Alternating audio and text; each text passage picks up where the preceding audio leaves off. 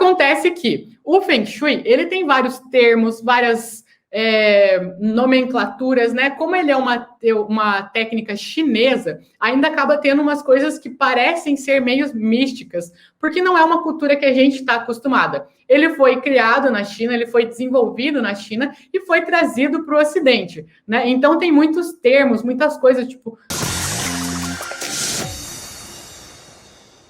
Baguá. O que é baguá? É por causa da linguagem chinesa. Tem os mantras, que muita gente não são habituadas com mantras, né? Mas não tem nada de místico, né? Tem essas situações, mas quando a gente começa a perceber, ver ali a metodologia, a gente entende que não tem nada de tão místico. É simplesmente uma forma de você se conectar com a sua casa, entender as energias, entender como as coisas ao seu redor te influenciam e que você pode usar elas para serem uma ferramenta que te fortalecem ao invés de drenar suas energias. Então, o que acontece? Por ser muito técnico, por ter muitas nomenclaturas, muitas coisas que às vezes não são do nosso cotidiano, muitas pessoas veem o Feng Shui e acreditam que, nossa, é legal, né? Acontece essas coisas, não sei o quê, abre os caminhos, mas é muito técnico. Eu não entendo. Eu estou bem confusa, eu não sei o que são essas correções, esse tal de cristal, baguá, eu não estou entendendo nada. Nem a planta baixa da minha casa eu tenho.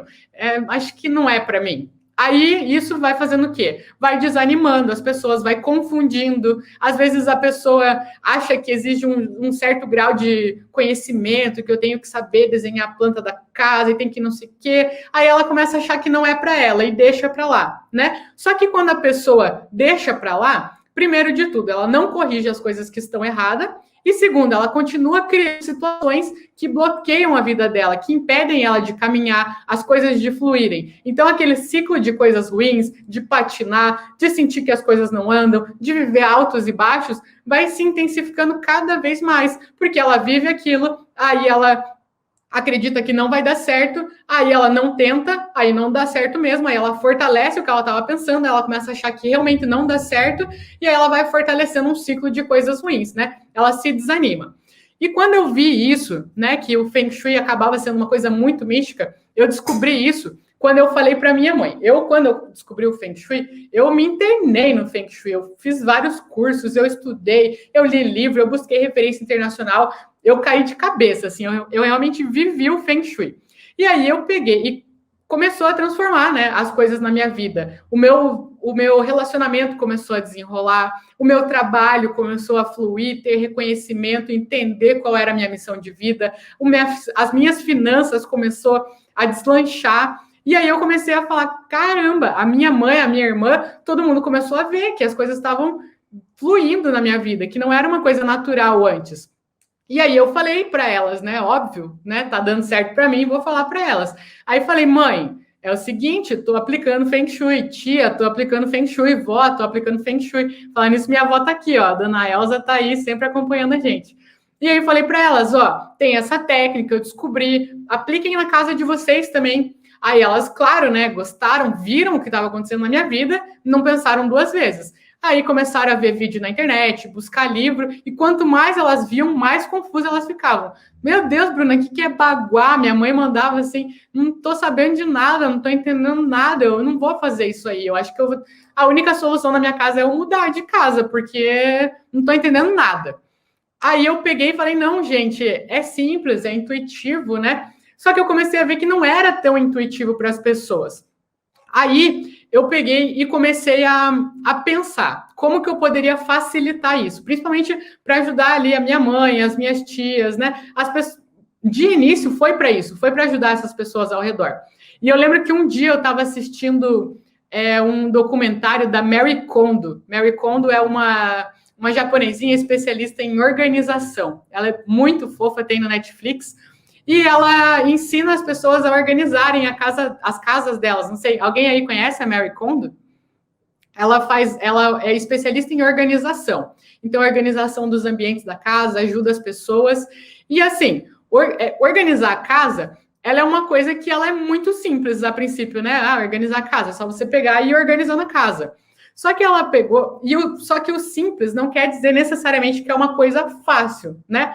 O maior exemplo disso, uma maratona. Quando você vai correr uma maratona é uma coisa que é simples, mas não é fácil. É simples porque correr uma maratona é só você pegar, ir lá, começar a correr e chegar até o final. Muito simples, né? Mas isso não quer dizer que é fácil. Nem todo mundo tem a capacidade, a disposição e o condicionamento para fazer uma maratona. Apesar de ser muito simples, é só você sair correndo, não é fácil fazer isso, né? Então, apesar de ser simples organizar a casa, não é uma coisa fácil. Por quê? Porque se fosse fácil, todo mundo faria. Mas não é todo mundo que tem a casa organizada, né? Então, o que essa Mary Kondo fez? Ela pegou e dividiu a organização da casa, para ela era muito intuitivo, né? Ela sempre gostou disso e para ela era intuitivo. E aí, para facilitar, para tornar isso mais fácil para as outras pessoas, ela pegou e transformou a organização, fez um método com 4 passos, que todo mundo conseguiria aplicar a organização na casa. E na hora que eu vi isso, eu falei, pronto, tá aí. É isso que eu tenho que fazer com o Feng Shui. Eu tenho que deixar ele um passo a passo para que qualquer pessoa consiga também aplicar na casa delas. É uma coisa simples. Não é necessariamente fácil, porque tem as técnicas. Mas se a pessoa tiver um passo a passo, ela consegue, inevitavelmente, ela consegue fazer. E aí, nesse dia, eu lembro que eu peguei o meu caderninho, esse caderno aqui, ó, inclusive, ó.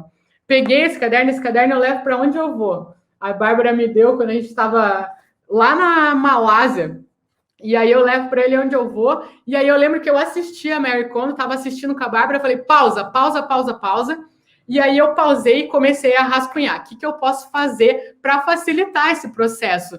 É uma coisa muito simples, eu preciso deixar fácil. E aí eu comecei a identificar. O que eu posso fazer para deixar esse tal de Feng Shui, que é tão místico, tão técnico, tão cheio de termo, uma coisa fácil para todo mundo, para qualquer pessoa, independente da idade, independente da profissão, independente do nível de escolaridade, que qualquer pessoa consiga aplicar na casa dela. E aí eu cheguei em 4 fases, que é a fase que eu vou explicar aqui para vocês hoje, que é o método Oli, é o método que eu criei para a aplicação do Feng Shui. Então, o Feng Shui é uma técnica milenar chinesa e como uma forma de facilitar ele para que qualquer pessoa consiga aplicar, eu criei esse método, né? Eu vi a Mary Kondo, explodiu a minha cabeça e eu precisei criar o meu método para ajudar as pessoas também a criarem na vida delas. Então, esse método Oli, ele também são 4 fases. As 4 fases são observação, limpeza, harmonização e intenção. Se você seguir essas 4 fases, esses 4 passos, você consegue harmonizar qualquer lugar que você queira. Essa é a base para você conseguir, é o passo a passo que você precisa. Então, na semana do Feng Shui, eu vou estar ensinando para vocês todas as bases do método Oli, tudo que vocês precisam saber para harmonizar a casa de vocês. Mas é claro, né? Eu já trouxe aqui nessa live para vocês o que vocês podem fazer para... como que é o método Oli para vocês já poderem ir aplicando na casa de vocês, tá? E por que um passo a passo? Precisa necessariamente de um passo a passo. Porque como o Feng Shui ele é a harmonização da nossa casa, envolve assim, a nossa casa, ela tem quarto, tem banheiro, tem cozinha, tem as diversas áreas, às vezes tem mais de um quarto, e aí a pessoa, quando ela vai vendo os vídeos soltos na internet, uma hora ela vê um vídeo de cozinha, uma hora ela vê um vídeo de quarto, outra hora ela vê um vídeo de sala, e aí ela, tem que arrumar isso, daí ela vai correndo arrumar isso, agora tem que arrumar isso, daí depois ela vai correndo arrumar aquilo. Só que ela vai cobrindo um santo e descobrindo o outro, né? Às vezes ela está se preocupando muito com uma coisa que não está influenciando tanto a vida dela, e às vezes tem outra situação muito mais prejudicial na casa dela. Um exemplo disso é de uma aluna minha que eu lembro claramente. No começo do curso, ela entrou no curso, né? E o curso ele é todo baseado nessas 4 fases do método Oli. Então, tem todo o passo a passo para a pessoa saber desde o 0 até chegar no raio-x da casa dela, saber tudo, passar no quarto, ver o que ela tem que olhar, fazer as correções, fazer as ativações. Então, é todo passo a passo.